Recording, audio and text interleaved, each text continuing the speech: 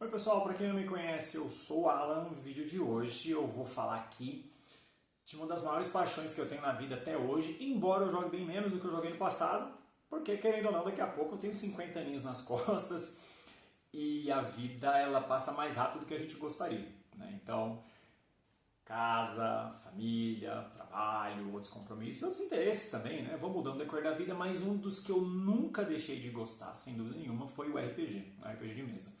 O RPG de mesa eu joguei incansavelmente durante os anos 90. Comecei a jogar ali em 92, se não estou falando besteira. Acho que muita gente que está assistindo esse vídeo talvez nem era nascido nessa época, ou estava nascendo. E eu tive o prazer de ver o nascimento de muita coisa no Brasil, né? Eu lembro dos saudosos tempos da Abril Jovem, onde ela vendia livros de RPG colossais, como os livros base de Dungeons Dragons e diversos livros, suplementos, banca de jornal. Era muito legal isso. Entrar em banca de jornal, você via lá, livro do jogador, livro do mestre, livro dos monstros. E nisso, né, com a editora Abril, não digo capitaneando, mas tinha um alcance, uma pluralidade muito, né, gigante para a época. Nós tivemos muitas coisas boas acontecendo. E uma das maiores responsáveis pelo cenário do RPG no Brasil, né, pelo tamanho e magnitude que ele teve, sem sombra nenhuma de dúvida, foi a Devir Livraria, que permanece no mercado até hoje, lançando produtos muito bons. Quem acompanha o canal aqui viu recentemente que eu falei brevemente dos livros do The Witcher, mas hoje eu quero falar sobre uma das maiores paixões que eu tive, tá, nos anos 90, por um curto período de tempo, tá, vou explicar o porquê, mas eu adorava esse cenário que é Lobisomem, o Apocalipse. E hoje eu vou falar um pouco sobre a nova edição do jogo que está sendo lançada no Brasil. Então falar sobre o Lobisomem Apocalipse na sua 5ª edição, tá bom? Também eu vou mostrar aqui o livro básico, né, esse aqui, mas na verdade o que eu quero mostrar mesmo é esse camaradão aqui, ó, que é a edição Deluxe. Vou mostrar as diferenças de um livro, de um para o outro, e você vê qual que é melhor aí para você escolher para completar a sua coleção e principalmente colocar na mesa, né? A edição Deluxe, a diferença dela, tá essencial, ela vem numa luva muito legal, tá bom? Vou mostrar os dois livros aí pertinho da tela. Ela também traz um escudo do mestre, é um pacotão, né? Não é só o livro, né? Deluxe é um pacotão. Ela traz um escudo do mestre com uma arte belíssima. Vou deixar um pouquinho parado na tela e aproximar também para vocês olharem um pouco os detalhes. Escudo esse recheado de informação, como todo bom Dungeon Master Screen que deve ser. Vou colocar isso aqui de lado. Vem com uma série de postais lindos. Vou colocar aqui para vocês olharem, vou passar devagarzinho. Daqui a pouco eu começo a falar sobre o livro, tá? Primeiro eu quero deixar vocês babando na qualidade da edição nacional, que é muito legal. Beleza? Postais mostrados. Aí aqui nós temos também um conjunto de ferramentas do narrador, que é um suplemento menor. Quem quiser dar um pause aí no vídeo e ler um pouco do conteúdo.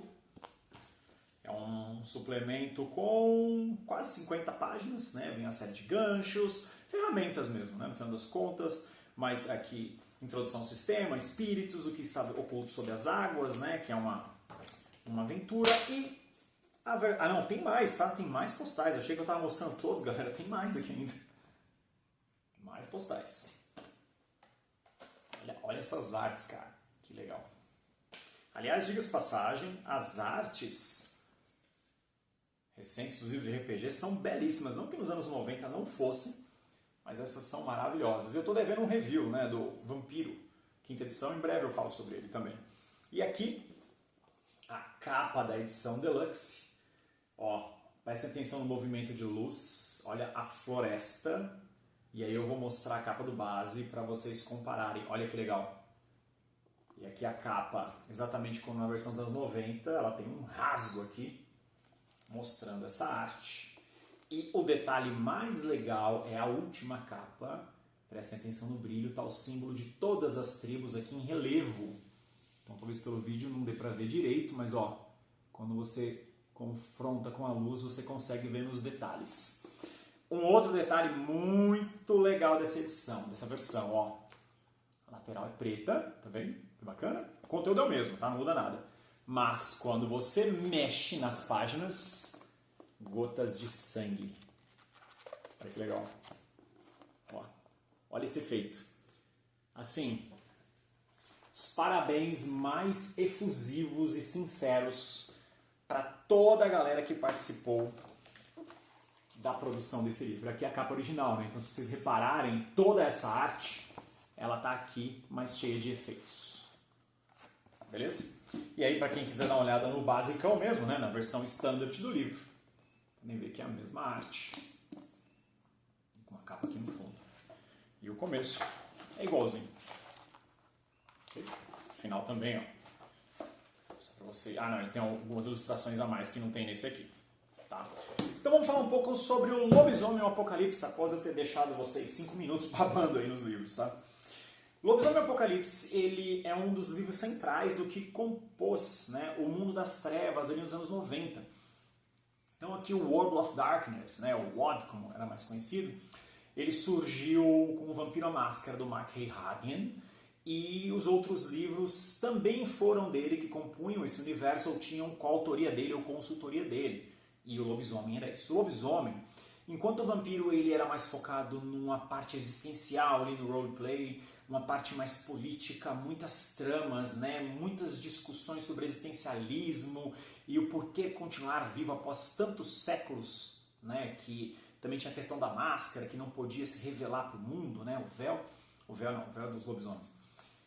Lobisomem vinha com uma proposta diferente. O Lobisomem vinha com a proposta de o planeta estar morrendo e nós somos o último bastião de defesa. Então nós tínhamos diversas tribos, os Presas de Prata, os Uctenas, as Crias de Fenris, as Fúrias Negras, ficam tudo de cabeça, tá? Isso era muito legal. Por quê? Eu era um jovem adolescente ali nos anos 90. Não adianta eu falar que eu ia querer jogar toda aquela profundidade existencial, né, que o Vampiro original promovia com 12, 14 anos. Ó, se tem uma coisa que eu não gosto dos meus vídeos é ser mentiroso, tá? Eu queria era sair na mão, eu queria era estraçalhar tudo que estava na minha frente, eu queria ter pilhas de corpos, eu queria... Pra mim era aquela, vampiro bom é vampiro morto. Ah, mas o vampiro já tá morto, então a gente mata ele, deixa ele mais morto do que ele já é. Vampiro era sobre isso. Perdão, lobisomem era sobre isso. Lobisomem era sobre defender o planeta contra toda e qualquer criatura do mundo das trevas. Só que o lance é que os próprios lobisomens eram criaturas das trevas, então tinha essa dicotomia muito legal. O tempo se passou, né, o cenário se expandiu muito, depois a gente teve o Mage, teve o Mummy, teve um monte, né, o Changeling, teve um monte, muitos suplementos, centenas de suplementos, muita coisa publicada no Brasil, muita coisa que não veio para o Brasil, pro bem ou pro mal. O tempo foi passando, o público foi mudando, as pessoas foram ficando velhas, o público se renova, como tudo, né, tem que se renovar, né, acho que não só o público precisa se renovar, mas também o material precisa se renovar. E aí a gente chega nessa edição. Deixar claro, enquanto o Vampiro quinta edição, ele é uma quinta edição de fato, ele é uma atualização do cenário, uma continuidade de tudo que foi construído até ali, o Lobisomem não. O Lobisomem ele vem com uma ideia de um reset mesmo, assim, sabe? Tipo, vamos reiniciar o negócio e fazer do zero. E isso agradou e desagradou pessoas da mesma forma. Então hoje nós temos um livro que ele é mais inclusivo, tá? Então se a gente parar, nós estamos no ano de 2025, na data de gravação desse vídeo. Não adianta eu querer que todos os temas abordados e criados nos anos 90 façam sentido hoje, porque não fazem. Não fazem isso, eu estou dizendo com uma pessoa que viveu essa época. Eu nasci no começo dos anos 80, tá bom? Eu nasci na virada dos anos 70 para os 80. Então assim, eu sei o quão bom e o quão ruim foi aquela época. Então assuntos que eram muito normais falar naquela época, hoje são completos absurdos, e assuntos que antigamente eram absurdos são normais hoje. O tempo muda, as pessoas mudam. Então aqui esse livro tem uma preocupação muito grande nesse sentido. Algumas decisões no sentido de tirar, né, algumas tribos e fazer elas se tornarem antagonistas, né, como os próprios Crias de Fênix, estou falando besteira aqui.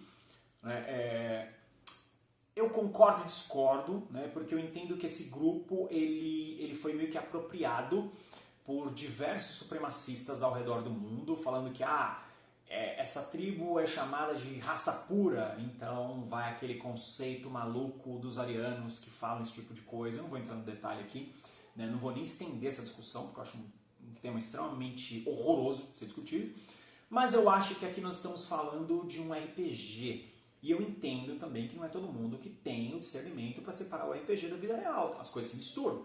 Tanto que o Vampiro ele teve uma fama péssima durante os anos 90 por conta da galera que jogava live action. Desculpa os jogadores da velha guarda, vocês são os culpados disso, tá? Onde as pessoas ficavam andando pra cima e pra baixo de vampiro e falando que era neófito e que ia chupar o sangue de todo mundo, ia pro cemitério jogar. E infelizmente teve um caso, acho que foi em Minas Gerais, de pessoas lá que realmente eram jogadores de RPG e mataram lá um cara num sacrifício, etc. Quem pesquisar o caso na internet aí vai achar, mas eu não quero me aprofundar nesse assunto, tá? Então eu acho que nós caminhamos para um mundo onde as pessoas têm mais cuidado com a criação de conteúdo, né? Os livros propriamente ditos. E o lobisomem se encaixa nisso. Então, o que você tinha como as Fúrias Negras, que era uma tribo exclusivamente de mulheres, hoje você tem homens que podem fazer parte disso. Basta você se identificar como uma Fúria Negra. E isso conversa muito com os dias de hoje, né? Você está vendo esse vídeo, você pode até não concordar com isso ou não gostar disso, mas você precisa respeitar, né? Então, acho que quem pensa diferente de você, eu acho que o respeito é a base de tudo. Respeite as pessoas. Eu vou falar que eu concordo com todas as decisões editoriais feitas nesse livro? Não, mas eu acho que o resultado dele ficou fantástico. E aí tem um outro porém aqui gigantesco. No original, nós lutávamos contra o Apocalipse. O Apocalipse já aconteceu nesse livro. Gaia morreu, já era, o Apocalipse venceu. Então, qual que é o papel dos lobisomens? Onde eles estão tentando se encontrar nisso tudo? E, gente, por que continuar lutando num cenário onde você sabe que a derrota já veio? E aí ele traz discussões interessantíssimas sobre isso, que é justamente a resiliência, né? Então ele traz coisas muito legais. Então falando um pouco agora sobre o livro, né, já contextualizando aqui um pouco do que foi o lobisomem e a minha opinião sobre o cenário, ele vem aqui, né, com a parte de introdução do arte, e as artes desse livro são fantásticas, fantásticas. E ele coloca, né, ó, condenamos o lobo não pelo que o lobo é, mas pela maneira deliberada e equivocada como percebemos. O exemplo máximo e mitificado do matador selvagem e cruel, o que na verdade não passa de uma imagem especular de nós mesmos. Aí aqui, Farley Mowat, Never Cry Wolf, os lobos não choram. Então o livro ele começa a te introduzir, né, dentro dessa proposta do cenário, para antigos e novos jogadores, mas ele faz também aqui um aviso de conteúdo adulto que é muito importante, inclusive ele vem com mais 18 aqui, tá, no livro. Ele coloca, faz algumas décadas que o mundo das trevas aborda as trevas do mundo real por meio de histórias de horror. Já tratou de AIDS, exploração capitalista, abuso sexual, ressurgimento do radicalismo político, da extrema-direita, fanatismo religioso, vigilância estatal e privada e de vários outros problemas. Este jogo da linha Mundo das Trevas não evita nenhum desses assuntos. Estamos convictos de que abordar temas como esses em um RPG é tão válido quanto fazê-los em qualquer outro suporte midiático. Incluir um assunto problemático no jogo narrativo não é glorificá-lo. E se você e seus amigos aproveitarem para explorar o tema com espírito crítico, pode ser que o resultado seja extremamente oposto, aliás, exatamente o oposto. Entendendo os problemas que nos confrontam, estaremos mais bem preparados para combatê-los. Concordo. Lobisomem Apocalipse pode incluir em seu universo ficcional referências às crianças maltratadas, consumo excessivo de drogas, distúrbios mentais, pandemias, radicalismo político, violência física e sangue, controle mental, tortura, maus tratos, cativeiro e sequestro, racismo, sexismo, homofobia e aranhas, entre outras coisas. Este é um jogo sobre monstros e as crueldades que esses monstros fazem às pessoas. Também é um jogo sobre pessoas que podem ter de submeter a circunstâncias provocadas pelas ações alheias, sem saber totalmente como e nem porquê. Por exemplo, o desespero de um indivíduo poderia levá-lo a solicitar que um espírito o possuísse, mas não significa que essa pessoa mereça ser transformada em um monstro. E aí ele tenta te contextualizar muito, né, antes de você sequer começar a ler o livro. Eu acho importante esse cuidado, tá? Então aqui os lobisomens, para quem não conhece, né, os lobisomens nesse cenário são conhecidos como Garou, que é o nome da espécie, e tanto no jogo original quanto esse, nós temos diversos estágios e lobisomens que preferem viver de formas diferentes. Isso é muito legal, porque dá uma chance de criatividade para o narrador usar e abusar das maneiras mais diversas possíveis. Então nós tínhamos lá o estado lupino, são lobisomens que eles preferem viver na forma lupino, eles não querem mais se misturar à humanidade, e a gente tem algumas tribos que iam mais nesse caminho. Nós temos lá o Garou, propriamente dito, né, que é quando você está ali na sua forma de lobisomem, a clássica, e estágios intermediários. Então ele vai te falando aqui sobre os termos do jogo, né? Aqui também, ó, a Umbra, também imensidores espirituais, o mundo espiritual, a sombra ou reflexo do mundo físico, gerado ao que parece pela ressonância emocional. Então ele vai te dando um contexto, joga as primeiras páginas, tá? Antes da página 17 do livro, para você ficar ambientado. Depois ele vem aqui com um capítulo falando sobre o mundo das trevas, que é justamente para te ambientar. Depois ele vai ter uma parte bem grande, tá? Sobre as tribos. Vamos ver se eu coloco aqui, ó. Vamos falar sobre todas elas, as que estão presentes nesse livro, e são muitas, tá? Aqui tem os augúrios, como era conhecido na versão original, os arquétipos e agora as tribos. Então, falar sobre elas aqui, ó, os andarilhos do asfalto, tá?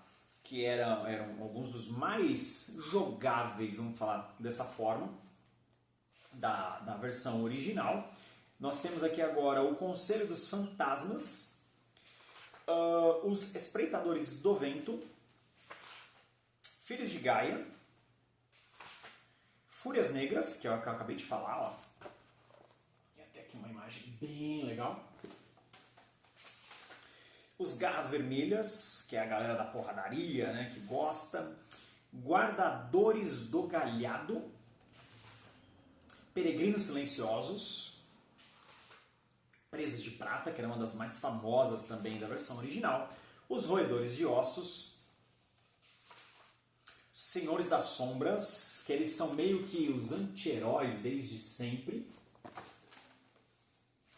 É legal também porque eles vêm com arquétipos aqui, né, ó, de cada tribo, né, que eu tô passando rápido para o vídeo não ficar muito gigante, né.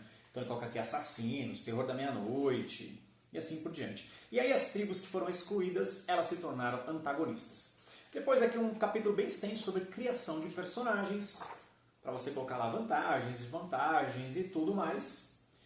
Depois um capítulo bem grande sobre regras, outros sobre rituais e equipamentos. E aí tem muitos, né? Bem legal aqui quando você vai falar dos rituais, né? Ó, tem aqui, por exemplo, um renome total 6, dominar a multidão, sangue da alcateia. O garou se torna um duto de fúria que faz circular a ira da alcateia entre todos os integrantes, permitindo que compartilhem suas reservas de fúria. Um espírito Vespa concede este dom. Então é muito legal como eles estão ligados ao mundo espiritual, tá? Então, galera, assim, o livro é soberbo, ele vem com a parte de narração aqui também, e também vem com uma aventura, né? Aqui os seus aliados e antagonistas, que essa aqui é uma parte importante. Aqui, formato de apresentação dos antagonistas, então ele fala sobre os espíritos, fala sobre os malditos, que são as crias da Wyrm, né? Que era o principal antagonista na versão original, e ele vai falando um por um aqui, tá? Todos eles, aqui, ó, os Gestalten dissonantes, mais fala dos necrófagos. Quero ver se eu acho aqui mais um lá. Espíritos Wyverianos, espíritos Wildianos. Fala sobre diversos elementais, porque os lobisomens sempre tiveram muito contatos com eles. Os Fomori também, que era um antagonista clássico. Os Corruptores. Aí aqui a Pentex Group, né, que também é... Os fãs de longa data aí já sabem do que se trata. Aí aqui, dançarinos da Espiral Negra. Esses caras também são muito famosos. Aqui outros lobisomens e metamorfos. Eles colocam aqui a Seita de Fenris, né, que era o Cria de Fenris da versão original. Ele virou um antagonista aqui. Contempladores das Estrelas, que também era uma tribo na versão original. Eles viraram antagonistas. Aí depois aqui outros seres, né, são sintonizados com o sobrenatural. Eles falam brevemente sobre os vampiros, vampiro bom e vampiro morto. Caçadores de lobisomens, aliás, se você nunca viu o livro Caçadores, vou mandar um review aqui em breve, hein? Jogão, bem legal. E mais coisas, tá? Então assim, o livro é um desbunde, tá? Assim, gráfico, sentindo conteúdo. Então pra você que é da galera do RPG, estava bem curioso sobre o que vem nessa versão, fiz questão de mostrar a versão Deluxe aqui, para você escolher aí na hora da sua compra e você comprar no seu local preferido aí, porque diversas lojas estão recebendo esse produto e ele é maravilhoso. Então, galera do RPG, é muito bom, porque a gente sabe que a gente estava há muitos anos esperando essa versão nova, mas eu, particularmente, talvez seja uma das pessoas mais felizes com esse lançamento, porque Lobisomem povoou a minha adolescência e com esse livro aqui não vai ser diferente. Então, eu vou tentar colocar algumas mesas aí para a gente ver violência e boas discussões espiritualistas rolando na mesa. Críticas, comentários, sugestões sempre bem-vindos. Até a próxima. Tchau, tchau.